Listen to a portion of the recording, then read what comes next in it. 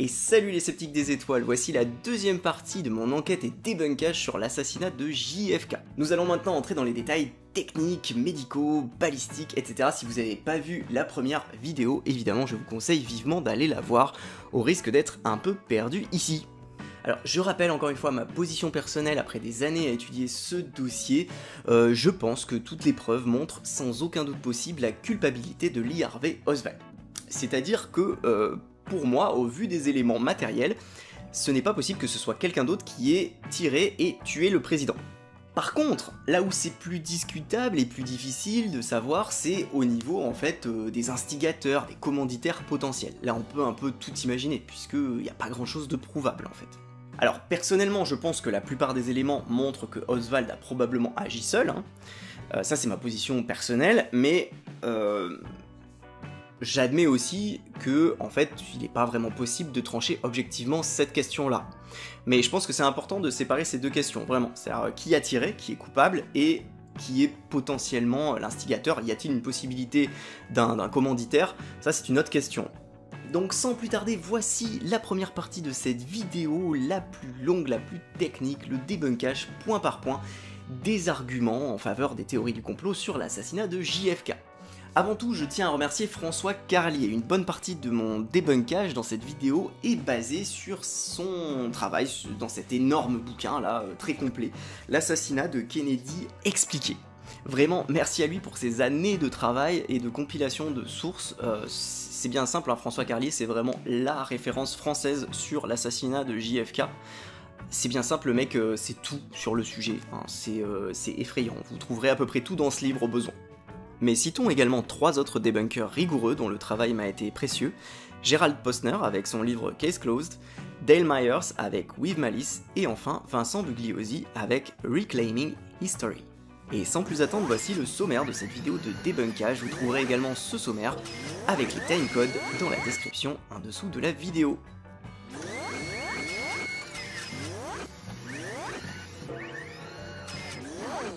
Le film JFK d'Oliver Stone.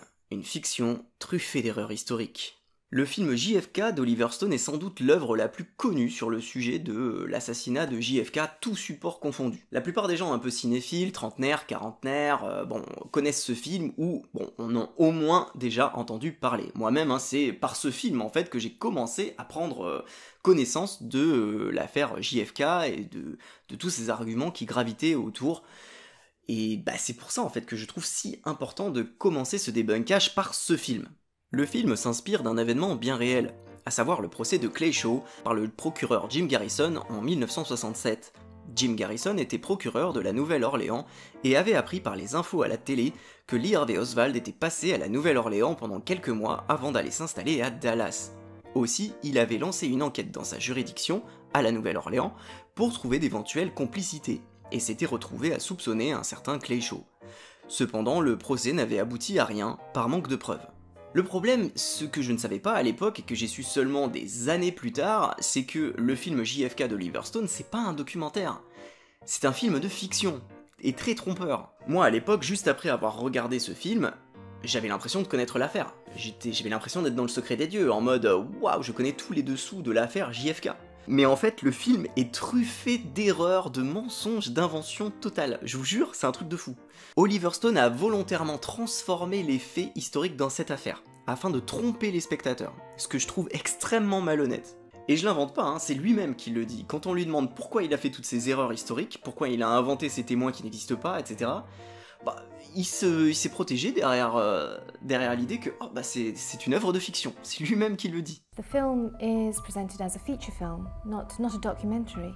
But at the same time, you have said that you want it to change things, that the American public have been lied to, and you want the movie to be a step in the direction of correcting the lie. Where do you...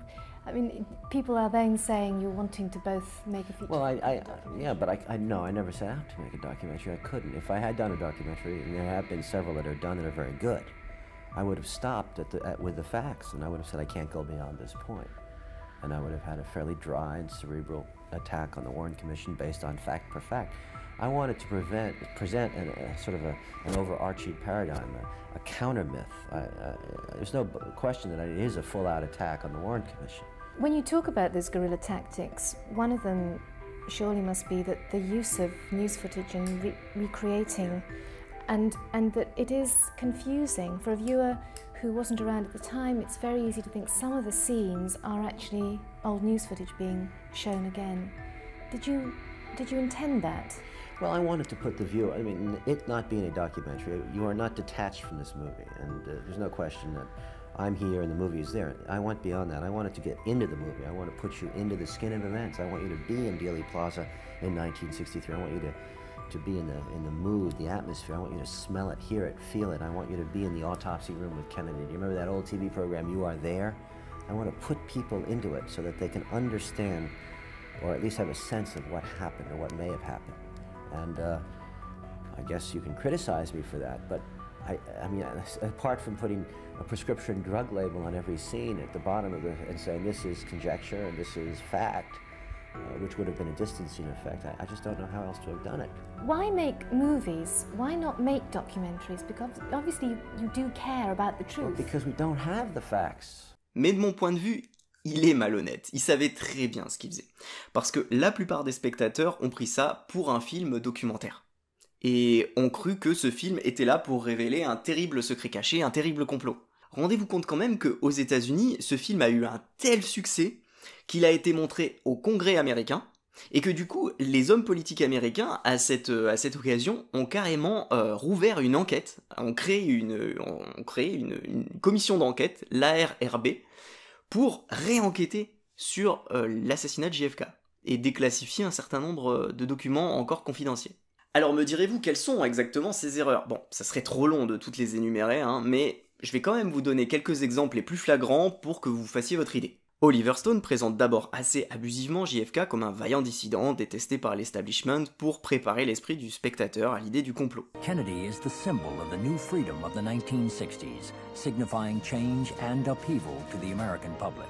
Puis vient la longue litanie d'erreurs et d'inventions. Déjà, les histoires des trois témoins du film, David Ferrie, Willie O'Keefe et X, sont toutes fausses. Ferrie n'a pas livré le témoignage allégué et n'est pas mort assassiné. O'Keefe s'appelait en réalité Perry Russo, et son témoignage a été extorqué suite à l'injection d'une drogue et de l'hypnose, ce qui n'est pas précisé dans le film. Et X, ce fameux militaire qui révèle tout le complot dans le film, n'a jamais existé. Plus précisément, il est vaguement inspiré du colonel Fletcher Prouty, qui n'a jamais eu de conversation avec Jim Garrison à l'époque du procès, et qui n'a jamais vu ou appris quoi que ce soit directement dans l'exercice de ses fonctions. Il a cru au complot des années après, et après avoir lu des livres sur les théories du complot à ce sujet. Et les choses qu'on lui fait dire dans cette conversation fictive sont elles-mêmes fausses. Par exemple, quand il dit que le 316e détachement du 112e groupe de renseignement militaire avait reçu l'ordre de ne pas intervenir, cette hypothèse a été enquêtée par le HSCA dans les années 70, et c'était faux. Ils avaient bien participé à l'opération de protection du président à Dallas. Bon, c'est déjà pas mal tous ces témoignages inventés, mais que dire de plus encore? Continuons. Vous vous souvenez de la conversation entre Garrison et Louis Ivan disant qu'aucun tireur d'élite n'avait pu reproduire le tir d'Oswald alors que Oswald serait un mauvais tireur? Eh bah c'est encore faux. Plusieurs tireurs d'élite du FBI ont essayé de reproduire ce tir. Oswald était un soldat entraîné, avec un fusil Mannlicher Carcano qui avait une portée d'environ 800 mètres, et Kennedy n'était qu'à une distance d'entre 50 et 80 mètres. Donc ça avait rien d'incroyable comme tir. Dans le film, on dit aussi que ce serait d'abord un Mauser qui aurait été retrouvé avant le Mannlicher Carcano d'Oswald, mais aucun Mauser n'a été retrouvé ce jour-là. C'est juste un ajout destiné à faire douter le spectateur. Le film montre aussi des images de Rose Cherami, prévenant son médecin que JFK va se faire assassiner. En réalité, cette femme s'appelait Melba Christine Marcades, c'était une toxicomane, internée dans un hôpital psychiatrique, et elle prétendait effectivement connaître Oswald et Jack Ruby. Elle fut interrogée par un policier, Frudge, qui n'en tira rien de concluant pour l'enquête. Allez, vous en voulez encore une pour le plaisir? La scène de l'arrestation de David Ferrie et des réfugiés cubains. Ce n'est jamais arrivé non plus. David Ferrie n'était pas là lors de cette arrestation. Mais Oliver Stone l'y a mis, bien sûr, afin de persuader le spectateur du film de sa culpabilité. Comme vous le voyez, Oliver Stone n'a pas ménagé ses efforts pour nous persuader qu'il y avait un complot. Pour ce faire, il déforme les faits, invente des événements et des personnages. Il prend ses spectateurs pour des cons en fait, et je vous laisse vous faire votre propre avis sur cette méthode. Enfin, à titre de transition, on se souvient de cette fameuse scène du film, le réquisitoire de Garrison, où il soutient la thèse de la Magic Bullet, la balle magique, prétendant que la balle avait une trajectoire impossible. De façon à sortir du corps de Kennedy par l'avant du cou. Blessure numéro 2. Alors que, figurez-vous, la balistique a démontré le contraire, et ça va me faire une parfaite transition pour la prochaine partie, la balle magique. Balle unique ou balle magique? La balle magique, c'est bien simple, c'est l'un des principaux arguments en faveur des théories du complot sur l'assassinat de JFK, ou du moins c'est celui qu'on retient le plus après avoir visionné le film JFK d'Oliver Stone. En tout cas, si vous connaissez un tant soit peu le sujet, vous avez forcément entendu déjà parler de cette histoire de balle magique. Chez les connaisseurs, on l'appelle par son petit nom, CE399, puisque c'est son numéro en fait d'identification dans les pièces à conviction de l'enquête de la commission Warren. Alors, de quoi parle-t-on exactement avec cette histoire de balle magique? Oswald a tiré 3 fois, dont 2 ont touché Kennedy. Une balle a traversé la gorge du président avant de poursuivre sa route et blessé le gouverneur Connally devant lui. L'autre balle a traversé la tête du président. C'est donc la première balle, qui est considérée par certains auteurs tenant des théories du complot comme étant une balle magique, car elle serait en fait impossible dans sa trajectoire. Souvent, ils prennent un petit dessin pour illustrer l'impossibilité de cette trajectoire. En réalité, la position des deux hommes est fausse sur ce dessin. Quand on les met au bon endroit, tout de suite la trajectoire semble beaucoup moins fantaisiste. Certains critiques ont également prétendu que CE399 n'était pas assez déformé après avoir traversé le corps des deux hommes. Mais là encore, cela ne prend pas en compte les études balistiques qui ont démontré que, en fait, après être sortie de la gorge de Kennedy, la balle a vrillé et en fait elle est entrée de côté dans le corps de Connally, ce qui fait que du coup elle a heurté beaucoup moins rapidement les os du poignet de Connally. Enfin, des reproductions ont été faites montrant que la trajectoire de cette balle unique était tout à fait possible. Alex takes a final reading.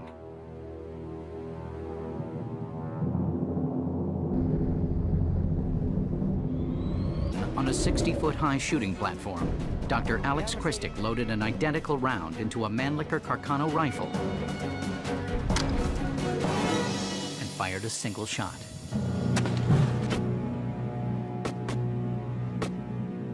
Les 5,6 secondes pour tirer les 3 coups de feu. Il y a souvent cette idée qu'il était impossible pour Oswald d'être aussi précis tout en tirant 3 coups en aussi peu de temps. Ce qui est important de préciser, c'est qu'il y a eu 3 coups de feu lors de cette séquence de tir. Le premier tir, il a raté Kennedy, en fait, d'abord, et il est allé blesser un passant du nom de James Tagg. Le deuxième tir, lui, il a touché Kennedy et le gouverneur Connally, c'est la fameuse balle magique, et puis il y a le troisième tir qui a tué Kennedy cette fois-ci en traversant sa tête de part en part. Donc déjà, si on prend en compte ce fameux premier tir raté dans la séquence de 3 tirs, Oswald n'a pas eu 5 secondes comme le prétendent certains auteurs, mais en fait autour de 8 secondes.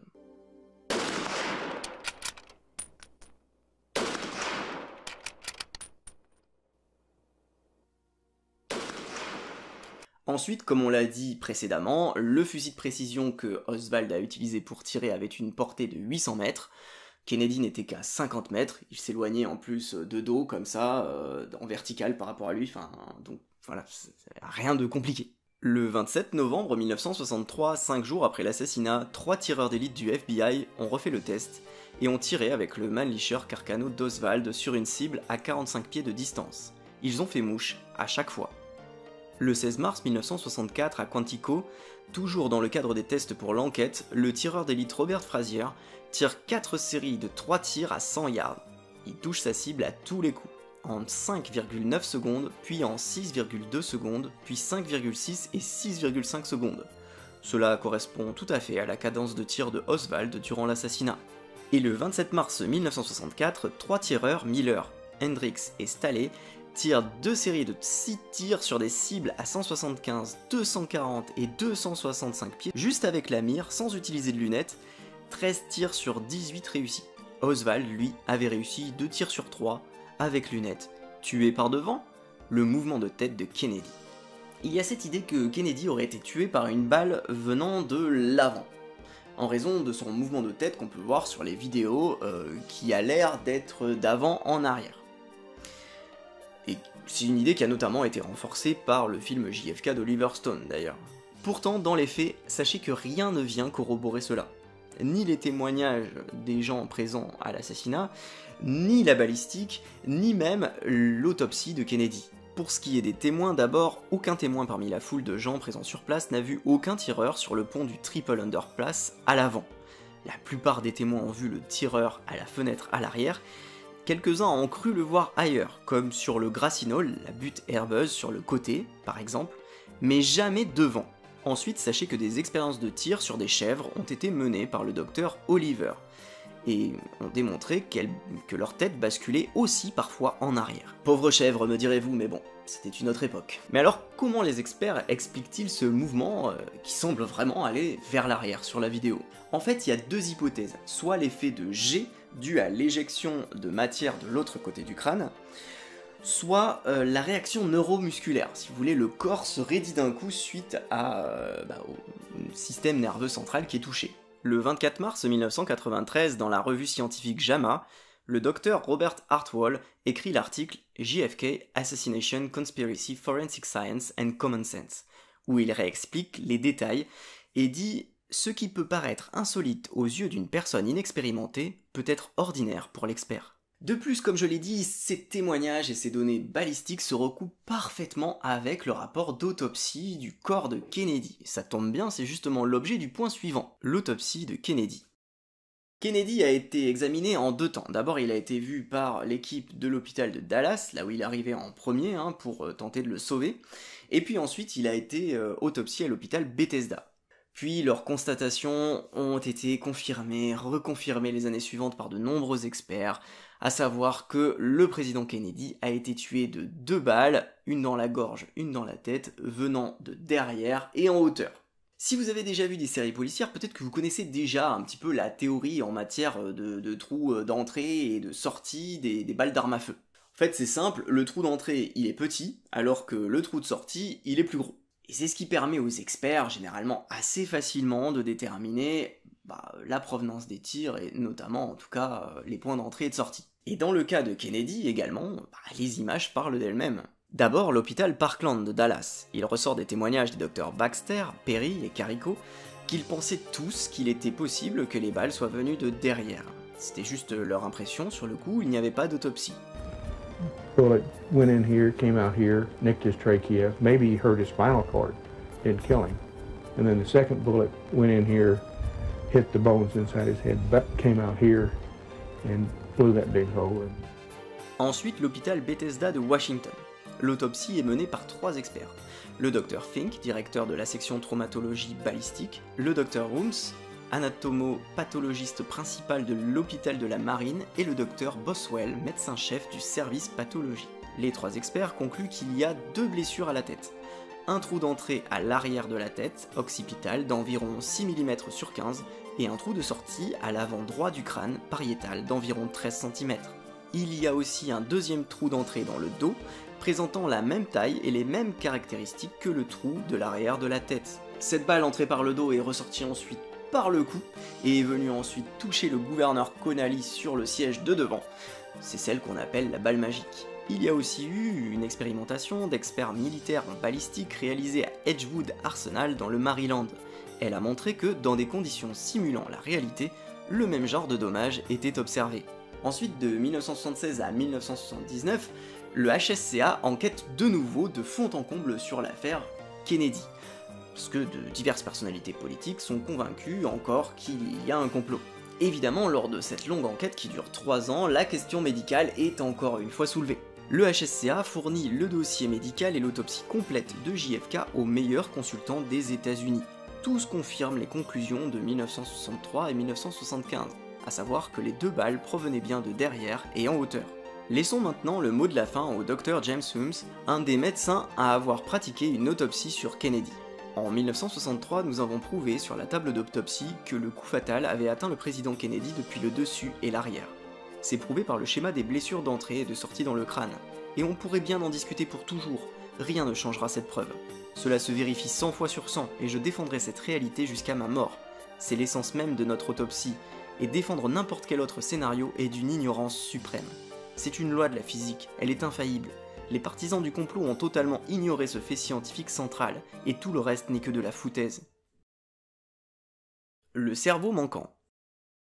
Pendant l'autopsie de Kennedy, son cerveau a été retiré de sa boîte crânienne afin de l'examiner. Il y a donc eu un supplément au rapport d'autopsie, spécifiquement sur le cerveau, appendice 9 du rapport de la commission Warren. Cependant, le cerveau a ensuite disparu, ce qui a alimenté les soupçons d'un complot. Cela pourrait effectivement paraître bizarre, si ce n'était pas aujourd'hui résolu. En fait, c'est RFK, le frère de JFK, qui avait demandé à se débarrasser du cerveau de son frère. L'histoire est également décrite dans la biographie de RFK, A Candid Biography, de David Heyman. Robert Kennedy a écrit une lettre au docteur Berkeley pour lui demander de récupérer le cerveau de Kennedy et les slides et photos de l'autopsie. Et lorsque Robert Kennedy restitua tous ces documents et matériaux en 1966, il manquait le cerveau. Et pour cause, Robert Kennedy voulait en fait cacher que son frère avait la maladie d'Addison et qu'il prenait des amphétamines au quotidien pour tenir le coup. Inutile de vous dire que ça aurait été très mal vu dans les États-Unis des années 60. Donc en fait, Robert Kennedy ne voulait faire que préserver la dignité de son frère, en fait. L'erreur de 10 cm. Alors, cet argument est assez anecdotique, mais il illustre bien à quel point les tenants des théories du complot sont prêts à se jeter sur le moindre truc pour pouvoir dire que ah là là, c'est trop bizarre, ça colle pas, on nous ment, etc. On dirait que le concept de erreur ou de hasard, ça leur échappe complètement, ça peut pas arriver. Effectivement, la commission Warren et le premier rapport médical rendu dans les années 60 avaient fixé la position exacte des blessures dans le corps de Kennedy. Or, lors de la réouverture de l'enquête beaucoup plus détaillée par le HSCA de 1976 à 1979, les nouvelles conclusions médicales ont conduit le HSCA à déplacer dans leur rapport la blessure d'entrée à la tête de 10 cm. Il y aurait donc eu une erreur de 10 cm dans les rapports des premiers médecins. Et cela a évidemment conduit certains à prétendre que ce serait une preuve que les premiers rapports avaient été falsifiés, que du coup ça s'était destiné à cacher que l'angle de la balle était en fait impossible avec ce nouveau point d'entrée. Mais bon, ce qu'ils oublient, c'est que la balistique est influencée par tellement de facteurs, comme le sens du vent, la déviation des balles dans le corps qu'elles touchent, les matières, etc., qu'en fait elle ne montre qu'une approximation de la provenance des projectiles, généralement représentée par un cône. Or, cette fameuse erreur de 10 cm qui changerait tout, en fait ne change rien au cône qui avait déjà été calculé depuis des années par la balistique. Le 5e étage du dépôt de livres scolaires, la fenêtre du 5e étage d'où a tiré Lee Harvey Oswald est toujours en plein dans le cône calculé par la balistique. President's back wound and the governor's chest wound. What we found is that the sniper has to be somewhere within that cone, and you can see that cone is almost centered on the 6th floor Texas School Book Depository. D'ailleurs, en 1992, la société Failure Analysis Associates a utilisé ces nouvelles mesures pour réaliser la première reconstitution graphique par ordinateur, et une fois de plus, tout colle très bien. Le transfert du corps de Parkland à Bethesda. Il se trouve que les lois de Dallas interdisent de déplacer un corps suite à un meurtre, ce qui a conduit à une dispute entre les services du président et la police locale de Dallas au moment d'emmener le corps du président Kennedy. Certains ont trouvé cette insistance étrange. On parle quand même du président d'un état fédéral, donc on peut comprendre que ce soit les lois fédérales qui s'appliquent plutôt que les lois de l'état fédéré dans ce cas précis. Et puis, on voit pas vraiment ce qu'ils auraient voulu cacher, sachant que les médecins de l'hôpital Parkland de Dallas avaient déjà pu examiner le corps de Kennedy, de toute façon. Donc, le tireur de la barrière de bois et les tirs croisés. Popularisé par le film JFK d'Oliver Stone, l'hypothèse d'un deuxième tireur derrière la barrière de bois existe depuis les années 80, notamment avec l'auteur Jim Marrs, qui a imaginé un scénario avec des tirs croisés, Crossfire en anglais. Et cette thèse est assez compliquée à débunker. Tout simplement parce que y a aucun élément matériel en fait. Aucun fusil n'a été retrouvé aux alentours de cette barrière, aucune douille n'a été retrouvée aux alentours de cette barrière, aucun impact de balle nulle part sur la scène de l'assassinat ne correspondrait à une provenance venant de cette barrière. Y a rien en fait, juste. Et en prime, ça aurait pas vraiment été logique de se planquer là pour un tireur, sachant que y avait quand même beaucoup de monde pour accueillir le président ce matin du 22 novembre, donc que ce soit d'un côté ou de l'autre de la barrière, il y avait quand même beaucoup de risques à être vu ou entendu en sortant un fusil et en tirant. C'est pas vraiment logique. Alors, une petite remarque aussi sur cette histoire de tir croisé. C'est tiré d'une vraie tactique militaire, ça, le coup des tirs croisés. C'est pour tendre une embuscade à un groupe ennemi en lui coupant ses possibilités de fuite. Mais comprenez bien que dans le cas de l'assassinat d'un mec tout seul, ça ne représente aucun intérêt en fait, c'est complètement con, parce que vous multipliez juste les risques que l'un de vos tireurs se fasse choper pour strictement aucune plus-value dans l'atteinte de l'objectif, donc ça n'a aucun sens en fait. Mais bon, qu'attendre de plus d'un auteur comme Jim Marrs qui s'est surtout fait connaître quand même les années suivantes pour ses livres sur les ovnis et soucoupes volantes que l'armée américaine nous cache. Évoquons tout de même un autre argument qui vient classiquement appuyer celui du tireur de la barrière de bois, c'est l'histoire du faux agent du secret de service. C'est basé sur un vrai témoignage, celui du policier Joe Smith. Il indique dans sa déposition qu'il a couru vers un homme qui lui paraissait louche près de la butte herbeuse, le fameux Grassy Knoll. Il lui a demandé de décliner son identité et celui-ci lui a présenté sa carte du secret de service, le service de sécurité du président. Sauf qu'aucun agent du secret de service n'aurait dû se trouver là à ce moment-là. Conclusion logique, il devait sûrement cacher quelque chose, c'est un complot, tout ça. C'est en tout cas la conclusion tirée par plusieurs auteurs tenant des théories du complot. Cependant, là encore, l'argument tombe vite à l'eau. Effectivement, il y avait bien un agent du secret de service à cet endroit-là, à ce moment-là, il s'agissait de Thomas Lemuel Jones. Il était dans la voiture qui suivait le président, il a couru vers la voiture au moment des tirs, et si l'agent Clint Hill a bien réussi à atteindre la voiture, Jones en revanche reste sur le bord de la route, et il va alors attendre là quelques minutes sur la butte herbeuse. Et voilà, mystère résolu. La prédiction de Milter. Dans la même veine des hypothèses alambiquées portées par l'auteur Jim Marrs, on retrouve aussi la fameuse prédiction de Joseph Milter, un militant d'extrême droite qui a été enregistré dans une conversation téléphonique 2 semaines avant l'assassinat en train de dire que la meilleure façon d'assassiner Kennedy serait from an office building with a high-powered rifle, depuis un immeuble de bureau avec un fusil puissant. Cela appelle à plusieurs remarques. D'abord, il est très peu probable que Joseph Milter ait pu s'associer d'une quelconque manière avec Lee Harvey Oswald, sachant que lui c'était un militant d'extrême droite, alors que Oswald, lui, c'était un militant communiste. Donc voilà, Milter était anti-communiste, vraiment très anti-communiste.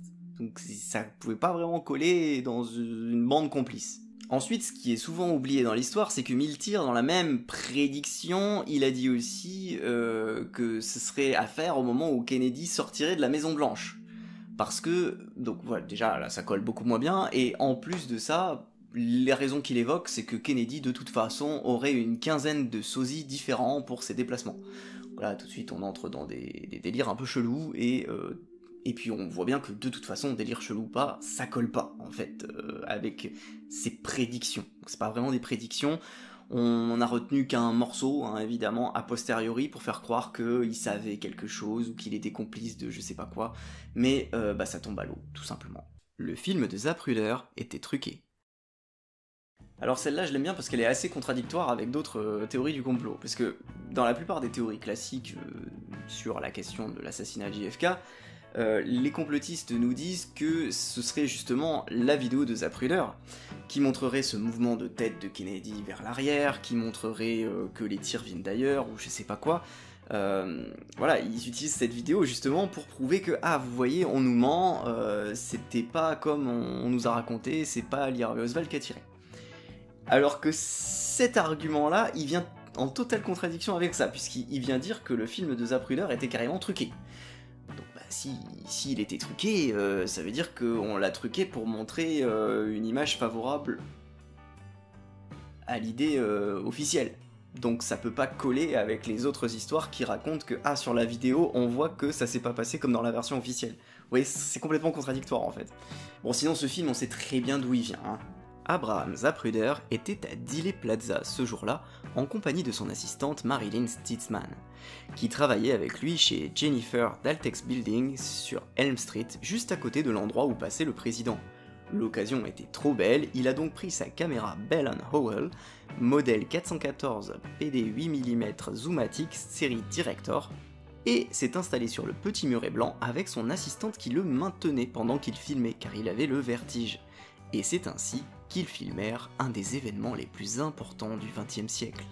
Et ce n'est que dans les années 90, soit 30 ans après l'assassinat et après de nombreuses autres théories complotistes, qu'est apparue l'idée que le film de Zapruder serait truqué. En France, c'est notamment l'auteur complotiste William Raymond qui porte cette idée, Lui, il prétend carrément qu'il a vu le vrai film et qu'il sait du coup que c'est pas comme ça. Bon, il a montré à personne, hein, personne d'autre l'a vu, mais ouais, il est fort lui. Bravo William, toi t'es plus malin que nous.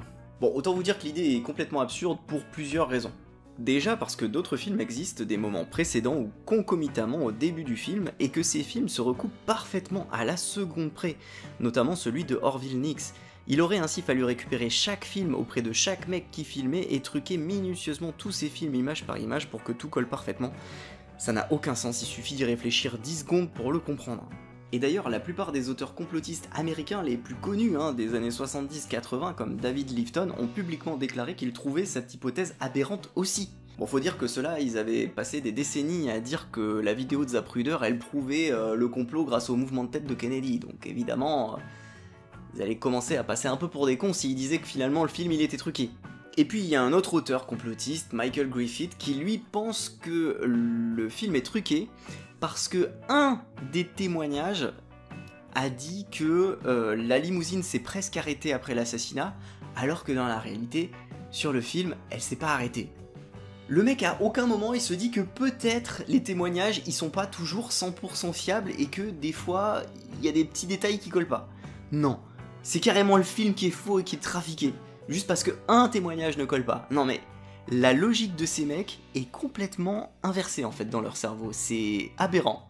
Alors ce qui est drôle, c'est qu'un jour il y a un petit malin qui est allé demander à Griffith justement, mais alors, si le film est truqué, pourquoi les conspirateurs ils ont laissé ce mouvement de tête de Kennedy partir dans le mauvais sens du coup? Et la réponse de Griffith était globalement oui bon, vous savez, je crois pas que les faussaires étaient vraiment satisfaits de leur travail de toute façon. Non mais sérieux, c'est quoi cet argument éclaté en fait, genre? En fait, le mec il croit pas vraiment à la thèse qu'il défend, c'est pas possible de répondre des trucs pareils, enfin il se rend bien compte qu'il y a un problème quand même. Bon allez, pour enfoncer le clou dans le cercueil de cette histoire de film truqué, vous savez quoi, figurez-vous que la commission ARRB, qui avait été mise en place dans les années 90 suite au film JFK pour réenquêter sur l'assassinat, cette commission elle a demandé à des experts d'analyser, d'authentifier le film de Zapruder, justement. Roland Zavada, un expert reconnu travaillant chez l'entreprise photo Kodak, a présenté son rapport en septembre 1998. Son rapport d'expert est d'autant plus pertinent que le film de Zapruder avait été saisi sur une pellicule Kodak Kodachrome de Safety. Et la conclusion de ce rapport est très claire, le film de Zapruder n'est pas truqué, il est authentique, et l'exemplaire qui est en ce moment aux archives nationales est exactement le même que celui qui se trouvait dans la caméra de Zapruder au moment de l'assassinat. Et il s'appuie notamment sur le fait qu'il y a un phénomène photo qui était encore inconnu en 1963, qui s'affiche en fait à l'analyse. Et vu que ce phénomène était totalement inconnu à l'époque, même pas des experts et de ceux qui fabriquaient les films en question, ça aurait été impossible pour un faussaire de truquer ça. En tout cas, de truquer le film sans altérer l'effet en question. L'hypothèse Lyndon Johnson et Malcolm Wallace. L'hypothèse de la culpabilité du vice-président Lyndon Johnson et de Malcolm Wallace dans l'assassinat de Kennedy a toujours été très minoritaire dans la sphère complotiste américaine. C'est une théorie en fait qui est plutôt française parce que Cocorico, c'est un complotiste français qui l'a le plus porté, à savoir William Raymond, encore une fois, celui-là même qui doutait de l'authenticité du film de Zapruder malgré les évidences. Il a quand même publié 2 livres successivement sur JFK à quelques années d'écart, et à chaque fois en annonçant un coupable différent. Et j'exagère même pas, je vous assure, en 1998 dans son premier livre, il annonce plein de certitude le nom des 4 assassins qui seraient des anticastristes, sans aucun doute selon lui, et 5 ans plus tard, dans son deuxième bouquin, il annonce avec la même certitude qu'en fait c'est Malcolm Wallace. Pour rentrer sur le fond, la thèse de Lyndon Johnson prétend que le vice-président de JFK, Lyndon Johnson, pour éviter d'éventuels problèmes avec la justice, aurait demandé à un tueur du nom de Malcolm Wallace d'assassiner JFK afin de devenir président à la place du président.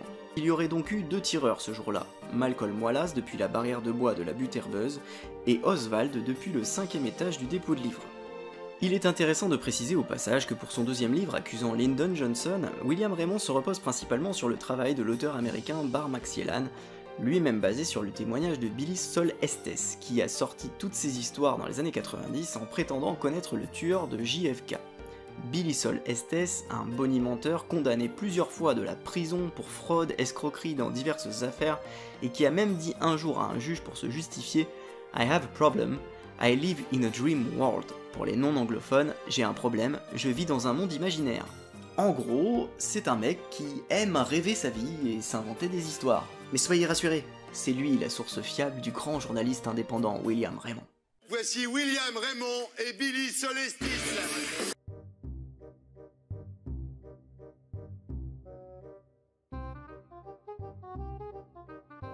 Bonsoir William Raymond, bonsoir Billy Solestis. Moi je ne suis pas Thierry Messant. Il y aurait eu un autre tireur, un dénommé Malcolm Everett Wallace, tueur au service du lobby pétrolier texan. Je me dis ça y est, on est parti dans X-Files parce que là c'est un petit peu fort. Pour moi j'ai le sentiment que cette enquête-là, je l'ai terminée. Bref, au fond, sachez que cette thèse ne repose globalement que sur 3 éléments, à savoir le témoignage de Madeleine Brown disant qu'elle a participé à une soirée où Lyndon Johnson aurait évoqué son plan devant tout le monde, l'enregistrement sonore de Cliff Carter disant que Johnson n'aurait pas dû faire ça, et l'empreinte digitale de Malcolm Wallace retrouvée sur un carton au 5e étage du dépôt de livres scolaires. Commençons par l'empreinte digitale. C'est le complotiste Walt Brown qui a affirmé dans une conférence en 1998 que c'était l'empreinte de Malcolm Wallace. Manque de bol, un autre complotiste, Glenn Sample, a voulu vérifier en les donnant à l'organisation SCAFO, des experts en empreinte digitale, qui ont dit que ce n'était pas celle de Wallace. Et enfin, clou dans le cercueil de cette histoire, 2 experts de l'International Association for Identification, Ed German et Casey Wertheim, ont également conclu qu'elle ne correspondait pas. Et Casey Wertheim a même expliqué sa démonstration sur internet pour plus de transparence. Concernant le témoignage de Madeleine Brown ensuite, elle a déclaré qu'il y avait eu une soirée chez le milliardaire Clint Murchison le 21 novembre 1963, donc la veille de l'assassinat, à Dallas, avec Richard Nixon, J. Edgar Hoover et Lyndon Johnson, et que Lyndon Johnson aurait dit, devant tous les autres, « Les Kennedy ne seront plus un problème pour moi à partir de demain ». Décidément, c'est vraiment pratique ces gens qui s'accusent eux-mêmes en public. Bon, inutile de vous dire que le témoignage de Madeleine Brown est faux pour au moins 2 des invités, à savoir Johnson et Nixon. C'est impossible qu'ils aient été là à ce moment-là vu qu'ils étaient ailleurs, ils ont été vus par plein de gens ailleurs, notamment Johnson qui était à Fort Worth. Du coup, Billy Estes a carrément dit que c'était sûrement un sosie de Lyndon Johnson qui était à Fort Worth. Ben voyons. Billy Solestis. Et pour enfoncer le clou, sachez enfin que même le complotiste Walt Brown, un proche de Madeleine, ne croyait plus du tout à son histoire au bout de quelques années à la côtoyer. Dans l'émission de radio complotiste Black Op Radio, en 2008, il révèle que Madeleine a donné plusieurs interviews dans les années 90 sur cette fameuse soirée chez Clint Murchison et qu'elle donnait à chaque fois une liste différente des invités présents, avec des propos incohérents. Enfin, ne reste plus que les fameuses cassettes de Billy Estes. That is correct. Oui, j'ai cette cassette. La meilleure preuve, selon William Raymond, pas n'importe qui, attention, le grand journaliste William Raymond, meilleure preuve selon lui, de la culpabilité de Lyndon Johnson. Bon, à l'époque, fin 90, début 2000, William Raymond il disait « Ah, il faut encore un peu attendre avant de les diffuser publiquement parce que Billy Estes, il a peur pour sa vie, c'est sa seule garantie de pas être assassiné, de garder ses cassettes et tout. » Lorsque nous avons enregistré cette cassette, Clifford avait peur d'avoir des problèmes, donc on avait enregistré cette cassette avec Cliff et moi-même.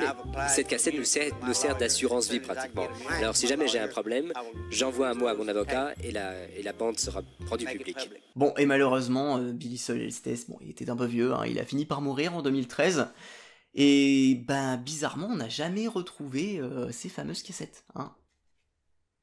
C'est décidément vraiment pas de bol, C'était la meilleure preuve. Oh merde! Oh, c'est con ça! Combien de douilles?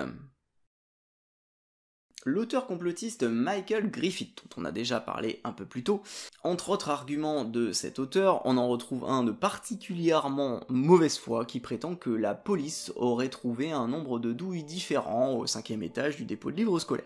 Effectivement, à la base, le policier qui est arrivé en premier, au 5e étage, le policier Luc Mooney, a déclaré avoir découvert 3 douilles, correspondant tout simplement aux 3 tirs de Oswald. Sauf que dans la liste de transfert de pièces à conviction de la police de Dallas au FBI, il n'est indiqué que 2 douilles. La conclusion de Griffith est simple, 2 ce n'est pas 3, donc on nous ment, on nous cache des trucs, tout ça. En fait, les 3 douilles ont tout simplement été transférées en 2 fois. D'abord, le capitaine Fritz a transféré 2 douilles le 22 novembre et en a gardé une pour sa propre enquête. Puis, il a transféré la 3e douille le 27 novembre.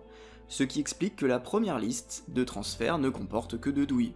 Quelqu'un qui s'intéressait aux différents rapports sur l'affaire JFK au point d'avoir lu cette liste ne pouvait pas ignorer cette histoire de double transfert. Donc cela pose de sérieuses questions quant à l'honnêteté et au sérieux de la démarche de recherche de l'auteur Michael Griffith. Fusil Carcano ou Mauser? Le fusil avec lequel Oswald a assassiné Kennedy était un Mannlicher Carcano et il est aujourd'hui conservé aux archives nationales américaines de College Park, aux côtés de son revolver avec lequel il a tué le policier Tippit 30 minutes plus tard. Cependant, plusieurs auteurs complotistes comme Mark Lane ou Robert Groden ont prétendu que le fusil qui a vraiment été retrouvé ce jour-là était un Mauser et pas un Mannlicher Carcano, ce qui tendrait à prouver que on a voulu faire accuser Oswald alors que c'était pas lui. Il se trouve que les deux armes se ressemblent, et que le policier qui a retrouvé en premier l'arme d'Oswald cachée derrière des cartons, le shérif adjoint Eugene Boone, a dit qu'il avait trouvé un Mauser. En fait, c'est juste que lui, il n'était pas un expert en armes à feu, donc il est arrivé, il a vu un fusil à culasse mobile, il a dit aux autres « Oh, j'ai trouvé un Mauser !» Et c'est tout, il s'est trompé en fait, c'est-à-dire qu'après le fusil il a été ramené au poste de police de Dallas, tout le monde l'a examiné, a vu que c'était pas un Mauser mais un Mannlicher Carcano, et c'est tout, genre c'est tout part d'une erreur d'un policier qui se trompe au moment où il trouve un truc, et qui déclare le mauvais truc en trouvant un truc, enfin, c'est tout, genre, les complotistes se basent sur ça pour dire que, ah, vous voyez, c'est pas un Mannlicher Carcano, c'est bien un Mauser qui a été retrouvé ce jour-là. C'est leur seule preuve, c'est ça, c'est un mec qui se trompe en voyant un truc pour la première fois, vraiment. En fait, c'est comme si vous vous promenez, et que vous voyez un ballon au sommet d'un arbre, et que vous dites, oh, il y a un ballon de foot au sommet de cet arbre, et là vous allez le chercher, vous le récupérez, puis vous voyez qu'en fait, ah bah c'est un ballon de volleyball.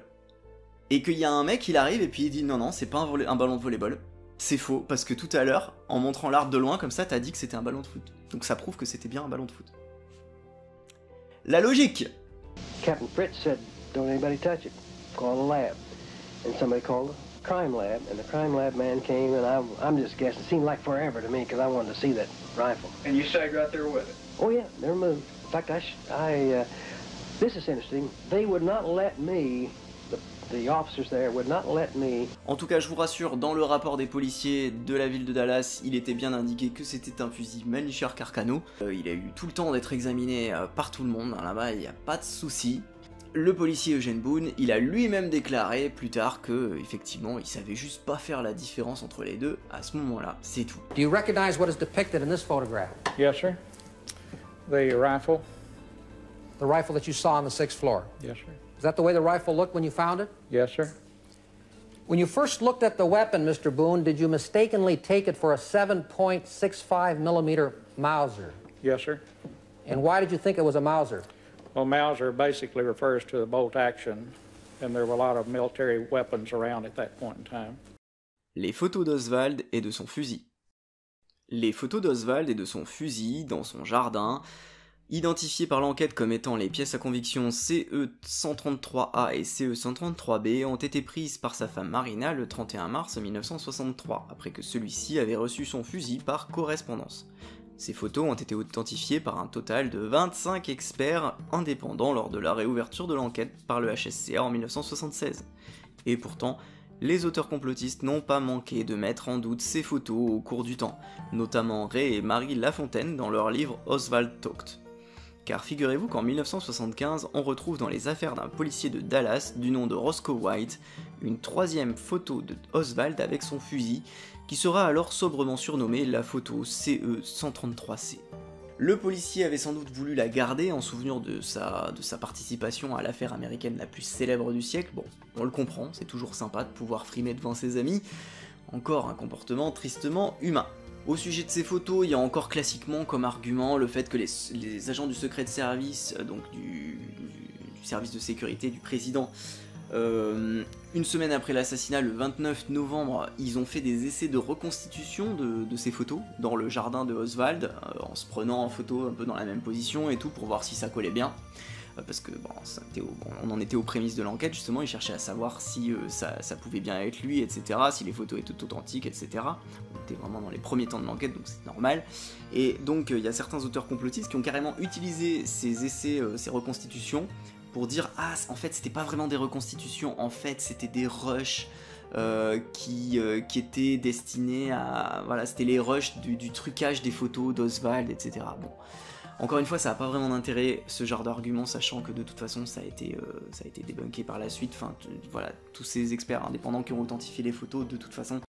Les témoignages divergents. De nombreux témoins ont été auditionnés par la police. Le problème, c'est qu'il y a des témoignages qui divergent.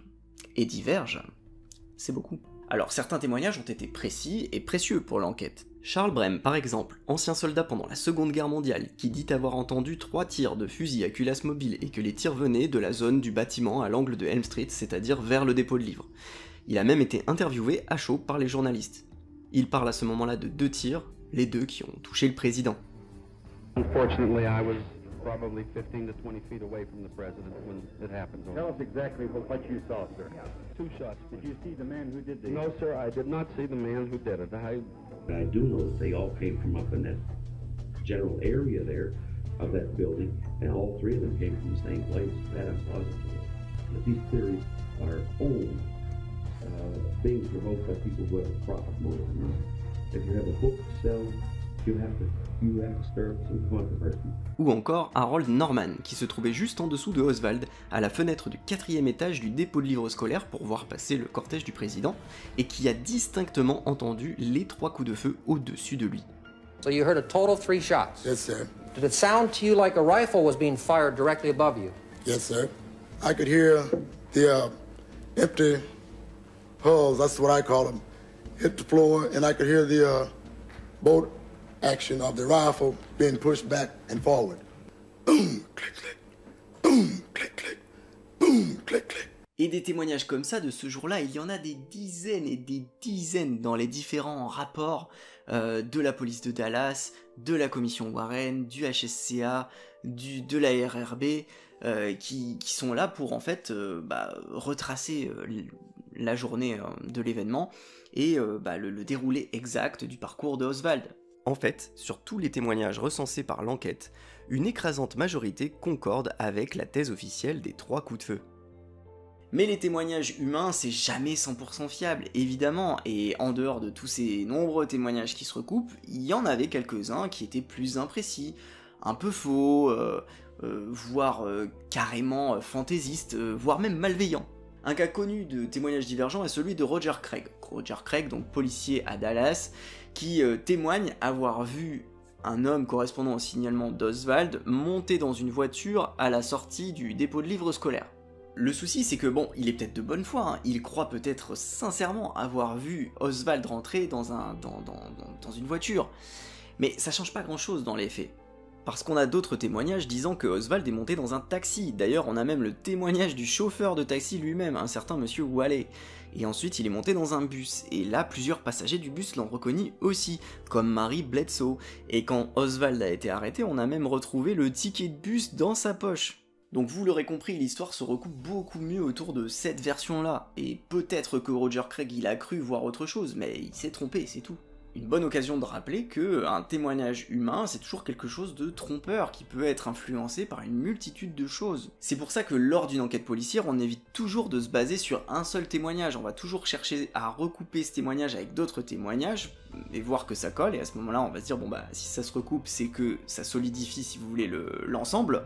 Ou alors recouper ce témoignage avec des éléments matériels, des images de vidéosurveillance, des traces de quelque chose, je sais pas, d'empreinte ou de quoi que ce soit sur place, etc. Enfin, on va toujours chercher à recouper ces témoignages, et pas juste à se baser sur un seul témoignage et prendre ça pour la vérité. Et ne parlons même pas des cas avérés de mythomanes qui racontent n'importe quoi juste pour attirer l'attention. Par exemple, pour le cas de Roger Craig, si on pouvait tout à fait admettre sa sincérité dans son témoignage à l'origine, on peut s'empêcher de remarquer que ce témoignage évolue bizarrement avec le temps. Alors que devant la commission Warren, il avait affirmé que Oswald était rentré dans un véhicule blanc, en revanche, plusieurs années après, il dit que c'était un véhicule vert clair. Sûrement parce qu'entre-temps, quelque part, il a dû lire que, eh bien, sa logeuse Ruth Payne avait une voiture vert clair.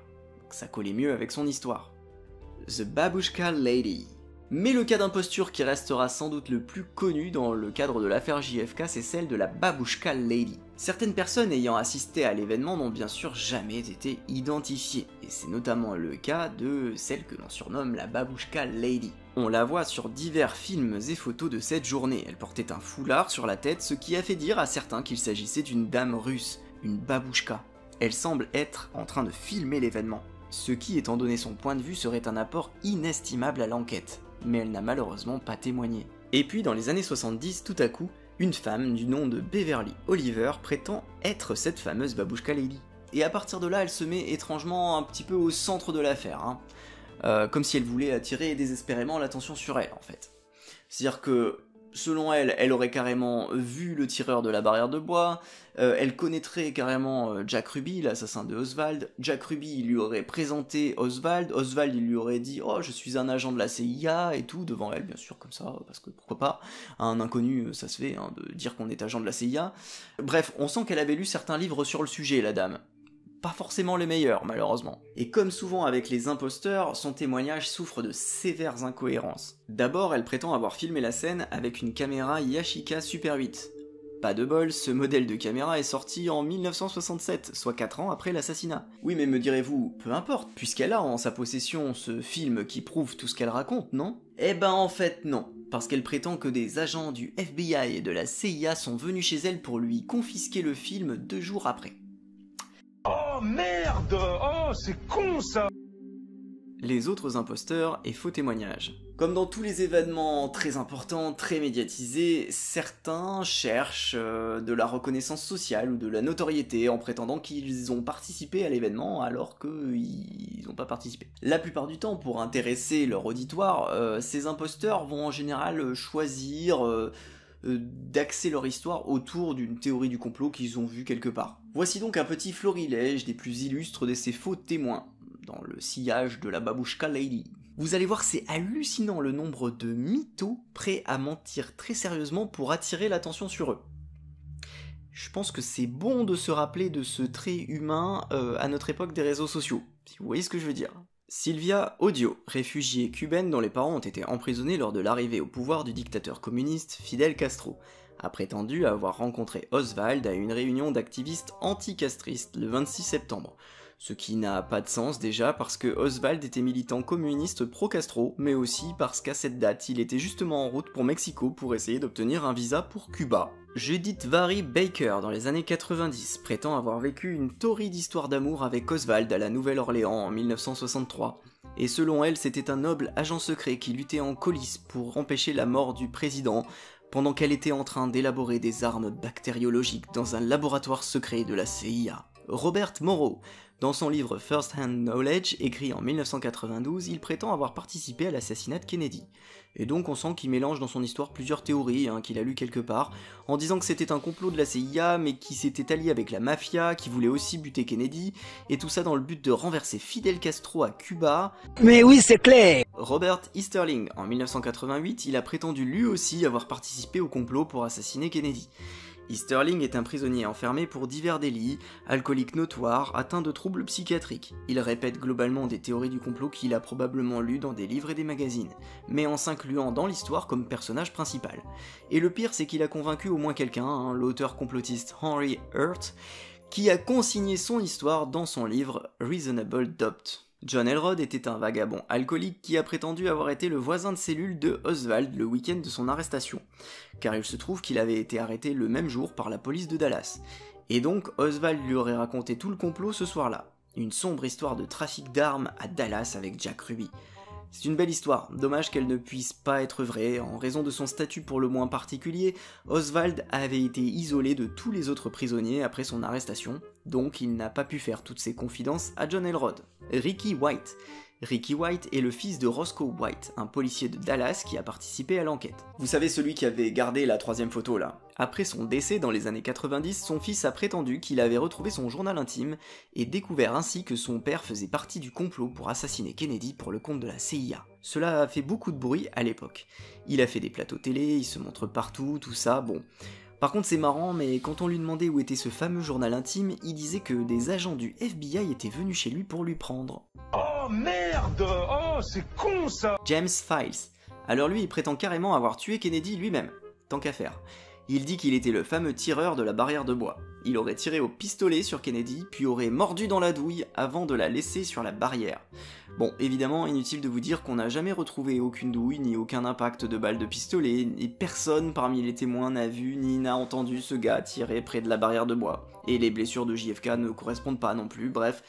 Que dire de plus, encore un imposteur qui tient à se faire remarquer. Loy Factor, encore un qui prétend, en 1994, après la sortie du film JFK, avoir participé à l'assassinat de Kennedy. Décidément, si on écoute tout le monde sur cette affaire, ils étaient vraiment des dizaines à lui tirer dessus ce jour-là. Il y avait des balles d'armes à feu qui fusaient dans tous les sens sur Dealey Plaza, ça devait être la guerre, mes amis. Bref, Loy Factor est un détenu qui purgeait une peine de prison pour avoir tué sa femme. Et donc il prétend qu'ils étaient une équipe de 4 pour tuer Kennedy, lui, Malcolm Wallace, Oswald et une femme du nom de Ruth Ann.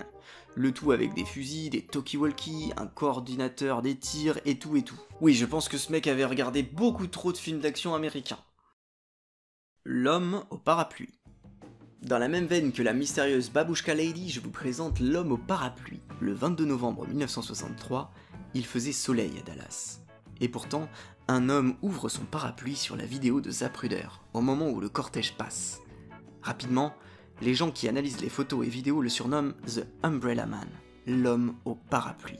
Certains prétendent que cette ouverture de parapluie était donc un signal pour les tireurs, ou même, voire pire pour les théories les plus pétées, un système qui tirait des fléchettes empoisonnées. Cependant, contrairement à la Babushka Lady, l'homme au parapluie a été retrouvé, et sa déposition a été prise lors de l'enquête du HSCA dans les années 70. Et il s'appelait Louis Stephen Witt. Il a même apporté aux enquêteurs son fameux parapluie qui ne comportait malheureusement pas de système de fléchettes empoisonnées, mais surtout il a expliqué pourquoi il avait levé son parapluie. C'était en fait un geste symbolique contre le président Kennedy, en raison du fait que son père, ambassadeur des USA à Londres pendant la Seconde Guerre mondiale, ne voulait pas que les USA participent à la guerre. Cette position politique, que l'on appelle l'isolationnisme, a été très critiquée par beaucoup de gens à cette époque. Et il faut se rendre compte qu'en 1963, la Deuxième Guerre mondiale n'est terminée que depuis 18 ans seulement. Bref, encore une fois, affaire classée pour l'homme au parapluie. Les trois clochards. Qui étaient donc les trois mystérieux clochards arrêtés par la police de Dallas ce jour funeste du 22 novembre 1963 ? C'est la question que se sont posées plusieurs auteurs complotistes dont Robert Groden, mais également posée dans le film JFK d'Oliver Stone. Et bien figurez-vous que des journalistes, complotistes aussi sur l'affaire de JFK d'ailleurs, Ray et Mary Lafontaine, sont allés rechercher les dossiers de la police de Dallas pour élucider ce mystère des trois clochards. Et ce qu'ils ont découvert dépasse l'entendement. En réalité, ces trois clochards étaient des clochards. Oui, bon, je sais, c'est nul, désolé pour le suspense, mais bon, vous savez ce que c'est, la réalité, oui, c'est souvent pas aussi séduisant que les théories du complot. Désolé, j'essaye d'accrocher votre attention comme je peux, moi. Bref, ces trois SDF s'appelaient Harold Doyle, John Forrester Gedney et Gus W. Abrams.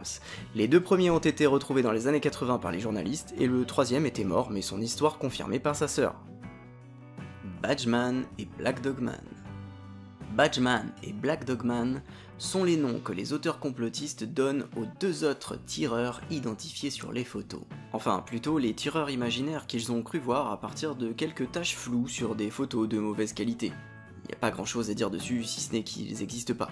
Badgeman, notamment surnommé comme cela parce qu'il semble avoir un badge, a été découvert par Gary Mack.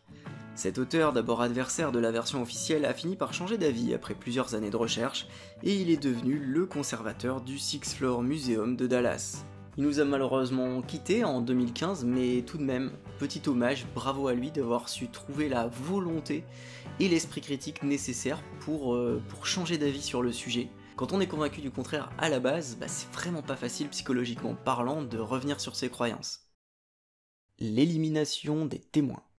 Dans son livre Crossfire, l'auteur Jim Marrs évoque l'idée que certains témoins auraient été éliminés. Une idée que l'on retrouve là encore dans le film JFK d'Oliver Stone, qui s'est inspiré en grande partie des écrits de ce spécialiste en soucoupe volante. Jim Marrs a ainsi établi une liste de 77 noms de témoins soi-disant assassiner. Bon, déjà, l'aspect logique pose problème, hein. Assassiner des dizaines de témoins, c'est tout de suite très suspect, mais c'est pas vraiment le meilleur moyen pour passer inaperçu et éviter que le complot soit découvert. Mais l'aspect le plus marrant de cette hypothèse, c'est que cette liste, en fait, elle présente globalement tous les gens concernés de près ou de loin par cette journée du 22 novembre, et qui sont morts dans les 10 années suivant l'événement. Donc, globalement, si t'étais là le jour de l'assassinat de JFK sur Dealey Plaza, et que 10 ans après, t'es mort dans ta salle de bain en glissant sur ton savon, boum, tu fais partie de la liste des témoins assassinés de Jim Marrs. Accident de voiture, cancer du poumon, crise cardiaque, hop,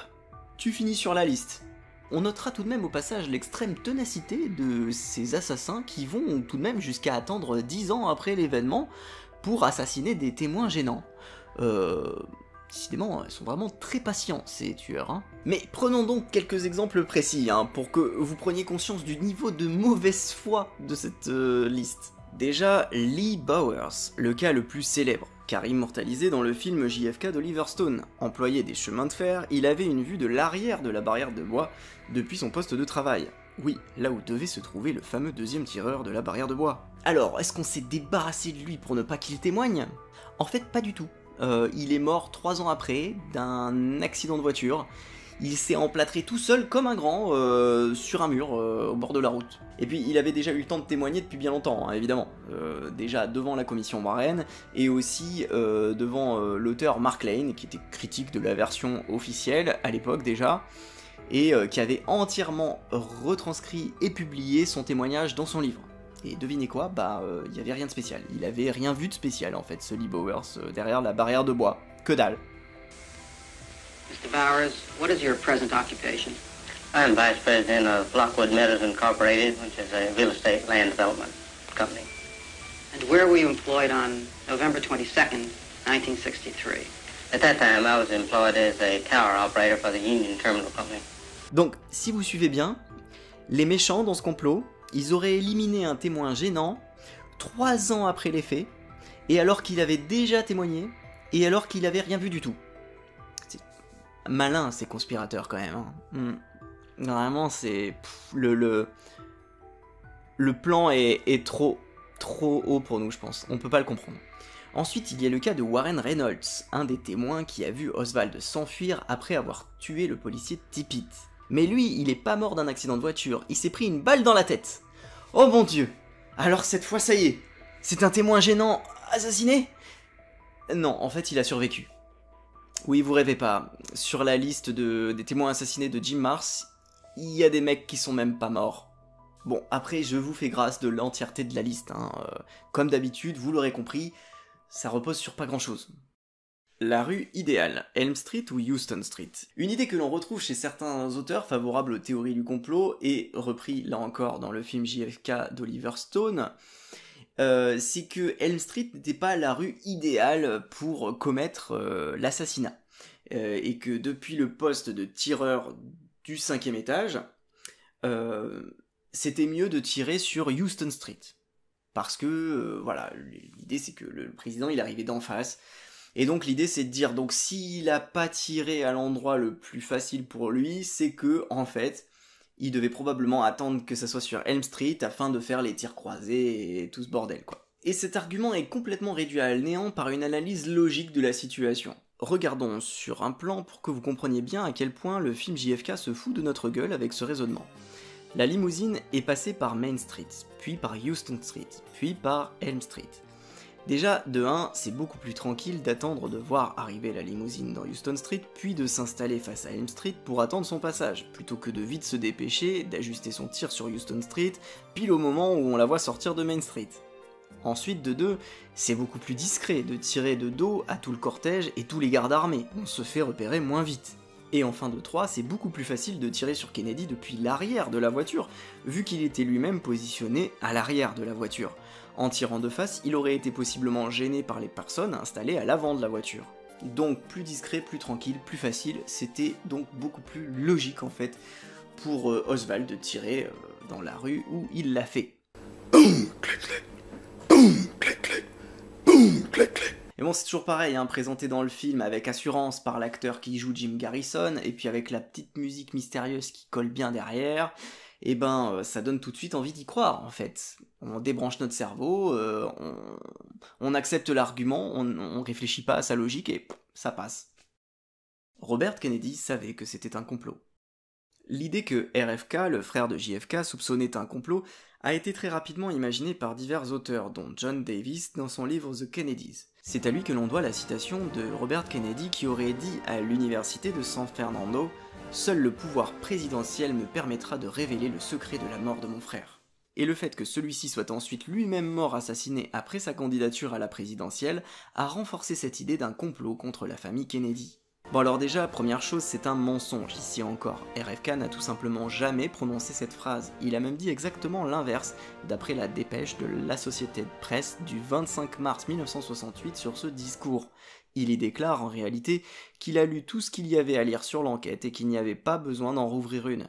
Et sur son assassinat en 1968, il a eu lieu en public devant des dizaines de personnes en se faisant tirer dessus à bout portant par Sirhan Sirhan, un Pakistanais islamiste en signe de soutien à la Palestine. Eh oui, les temps changent. La photo de Mexico City. Oswald s'est rendu en septembre 1963 au Mexique pour essayer d'obtenir un visa pour Cuba. Effectivement, vous vous souvenez, hein, je vous avais dit dans la vidéo précédente que Oswald était communiste convaincu, il avait tenté l'expérience de vivre en URSS, il avait été un peu déçu par son expérience, il était donc revenu vivre aux États-Unis et il s'était dit que peut-être le vrai communisme se trouvait à Cuba, la vraie belle vie, tout ça, donc du coup il a essayé d'aller vivre à Cuba. Et donc pour ça il fallait d'abord obtenir un visa, il passait par le Mexique. Il se trouve que, bon, Mexico à l'époque c'était un vrai nid d'espions, hein, parce que ça se trouvait un petit peu voilà, à côté des États-Unis et tout, et que les services étrangers pouvaient y envoyer des espions. Lors des différentes enquêtes sur l'assassinat de Kennedy, et évidemment la CIA a donc été consultée pour savoir ce qu'elle savait sur Oswald à l'époque, puisque forcément la CIA avait dû le voir passer à Mexico. Et la CIA a alors fourni des éléments contradictoires sur ce voyage et les activités d'Oswald, notamment en fournissant des photos sans aucun rapport avec Oswald. Lors de l'enquête du HSCA, on découvrira plus tard qu'il s'agissait simplement d'un marin russe du nom de Yuri Ivanovich Moskalev sur cette photo. Grâce aux récentes déclassifications sur l'enquête de JFK et au travail du journaliste d'investigation Philip Shannon dans les années 2010, on sait aujourd'hui que la CIA avait délibérément caché à la commission d'enquête de Warren certains éléments en sa possession, notamment le fait qu'elle a surveillé Oswald de près pendant des semaines. Les dirigeants de la CIA ne voulaient tout simplement pas qu'on leur reproche de ne pas avoir su empêcher Oswald de nuire, alors qu'ils savaient déjà des tas de choses sur ses activités anti-américaines, sur ses tentatives de rejoindre l'URSS et Cuba. Et bien entendu, ce comportement des services de renseignement américains n'a fait que contribuer à la suspicion générale. Le manque de transparence joue toujours en faveur de la thèse du complot. Cela dit, sur la venue de Oswald à Mexico, il y a guère de doute, et même les autorités soviétiques elles-mêmes ont confirmé que Oswald est bien passé dans leur ambassade à ce moment-là. L'article de journal imprimé trop tôt. Popularisé là encore par le film JFK, l'argument de l'article de journal imprimé trop tôt a été inventé par Fletcher Prouty. Il prétendait que le journal Christchurch Star en Nouvelle-Zélande avait fait paraître les infos sur Oswald avant qu'il ne soit inculpé du meurtre. En réalité, celui-ci a tout simplement changé la une de son journal au dernier moment, quelques heures avant publication, sans doute après communication des journalistes de Nouvelle-Zélande à leurs homologues américains. Et en fait, l'article est bien sorti après l'événement, hein, en tenant compte du décalage horaire. Il est d'ailleurs aujourd'hui tout à fait accessible et rien ne paraît suspect dans cet article. Bon, rajoutons enfin qu'il semble hautement improbable que d'éventuels conspirateurs mettent au courant plein de gens à l'avance et à l'autre bout du monde sans aucune raison logique. En tout cas, moi si je projetais d'assassiner le président, je le dirais pas à des journalistes néo-zélandais en fait déjà. Oswald était un agent secret. Une idée qui revient souvent à l'esprit des gens qui connaissent pas trop le dossier, qui ont lu des trucs par-ci par-là, c'est que Oswald était sûrement un agent de la CIA. C'était la guerre froide, la CIA était un peu partout, Oswald avait été dans l'armée, puis s'était exilé en URSS, bref, le profil possible de l'espion. Enfin, si on exclut le fait qu'il ne devait pas espionner grand chose d'intéressant en bossant comme ouvrier dans une usine en Biélorussie. Mais bon, admettons. Le souci c'est surtout qu'après toutes ces années et toutes ces déclassifications, eh ben, on ne trouve toujours aucune trace d'une coopération éventuelle entre Oswald et la CIA, aucun agent ancien qui confirmerait cela. Bien au contraire, on s'est aperçu avec les dernières déclassifications que, en fait, Oswald, il était connu de la CIA comme étant un suspect, en fait, notamment lors de son déplacement à Mexico. Sa femme Marina a même rapporté qu'il était déçu de ne pas avoir été interrogé par la CIA à son retour de l'URSS. Et on sait aussi qu'en septembre 1963, le FBI a transmis 2 messages alertant la CIA sur les activités de militantisme pro-Cuba de Oswald à la Nouvelle-Orléans. Donc oui, il était fiché par les services de renseignement, visiblement. Mais bon, plutôt logique pour un militant communiste acharné comme lui à cette époque de la guerre froide. Mais vous conviendrez qu'il y a tout de même une légère nuance entre être connu des services de police et être policier. Alors certes, vous verrez peut-être dans certains documentaires que Oswald avait une security clearance, c'est-à-dire une obligation de confidentialité en fait, quand il était dans l'armée américaine, et donc cela prouverait qu'il avait des habilitations particulières, agent sous couverture, tout ça. Sauf que là encore, il s'agit d'une extrapolation. Il existe 3 niveaux de security clearance aux États-Unis. Confidential, secret, top secret. Et Oswald n'avait que le niveau confidentiel, ce qui était un niveau tout à fait classique pour les gens de son unité, qui faisaient de la surveillance radar, de la radio, etc. On parle aussi parfois de sa carte DD-173 comme preuve de, soi-disant, ses habilitations super extra secrètes. Bon, pas de bol, là encore, la RRB a bien démontré lors de son enquête qu'en fait, tous les soldats qui avaient la même fonction avaient la même carte. Jack Ruby a-t-il fait taire Oswald ? S'il y a une chose sur laquelle on est tous d'accord, je pense, c'est que l'élément qui rend le plus suspect l'assassinat de Kennedy, finalement, c'est surtout l'assassinat de l'assassin qui s'en est suivi. Donc l'assassinat de Oswald par Jack Ruby lors de son transfert. Quand on voit ça, on se dit tout de suite que c'est pour le faire taire. C'est l'argument le plus fort en faveur de la théorie du complot, en fait. Et c'est bien compréhensible, ça n'a rien d'idiot de le penser. Mais beaucoup d'éléments viennent tout de même contredire cette version. Déjà bon, ça vaut ce que ça vaut, mais Jack Ruby a toujours affirmé avoir agi seul et ne pas connaître Oswald. Et lorsqu'il était malade sur son lit de mort, en train de mourir en prison, il affirmait encore à son frère et à son rabbin, à qui il se confiait régulièrement, qu'il ne connaissait pas Oswald et qu'il ne faisait pas partie d'un complot. Et les enquêtes successives ont également toujours confirmé qu'il n'y avait aucun lien entre Oswald et Jack Ruby. Sur le fond, comme je l'avais expliqué plus en détail dans ma précédente vidéo, son trajet exact de ce jour-là ne coïncide pas vraiment avec un tueur professionnel qui aurait bien préparé son coup. En fait, il s'est retrouvé un peu par hasard au bon moment dans le parking souterrain au moment du transfert. Et enfin, sachez que c'est pas la première fois que le meurtrier d'un président est ensuite tué lui-même par un fan du président. John Wilkes Booth, l'assassin de Lincoln, avait aussi été assassiné juste après par un déséquilibré qui disait être guidé par Dieu. Et avant lui, l'assassin du président Garfield avait aussi essuyé 2 tentatives de meurtre à son encontre avant d'être pendu. C'est un comportement finalement assez humain qui s'est déjà vu de nombreuses fois par le passé en fait.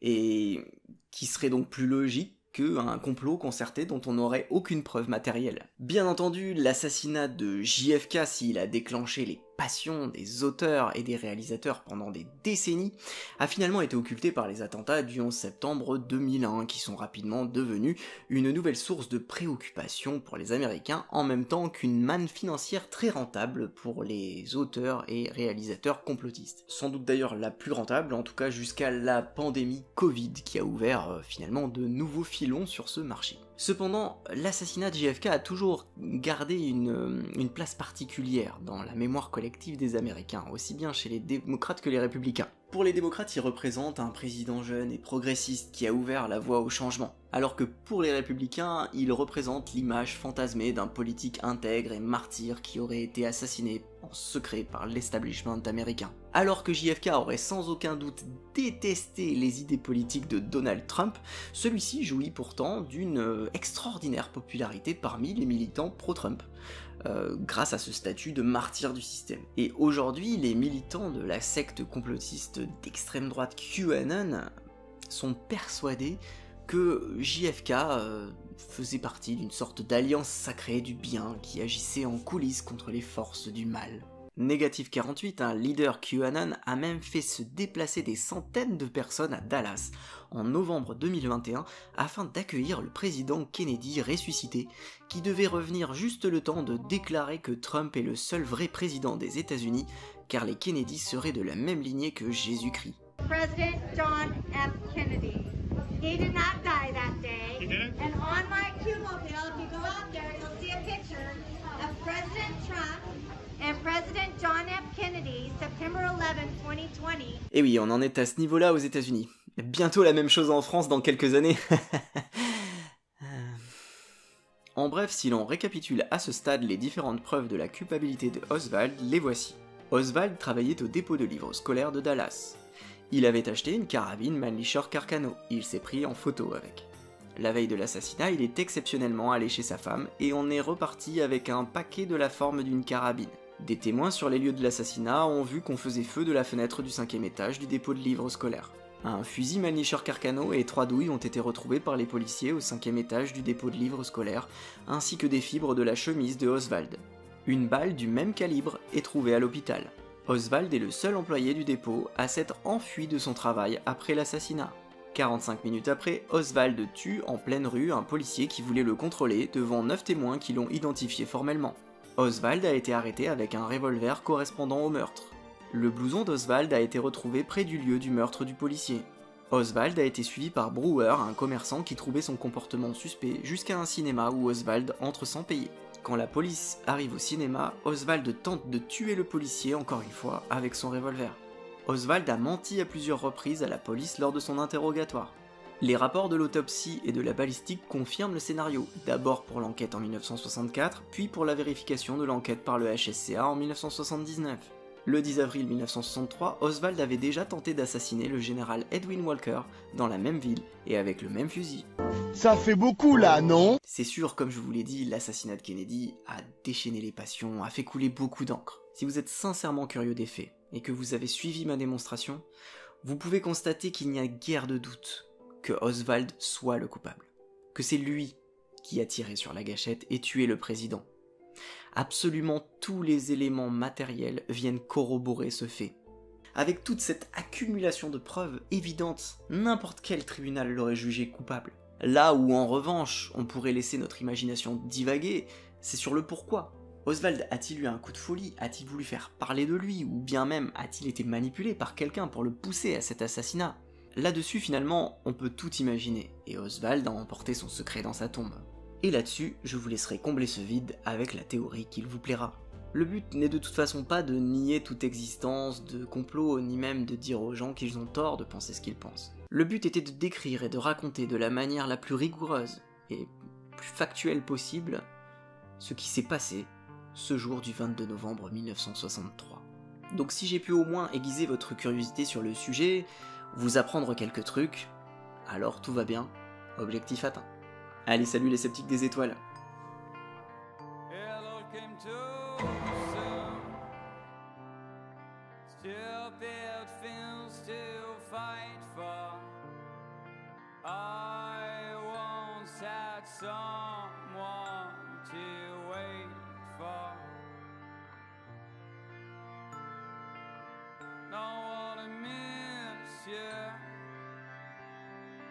No matter what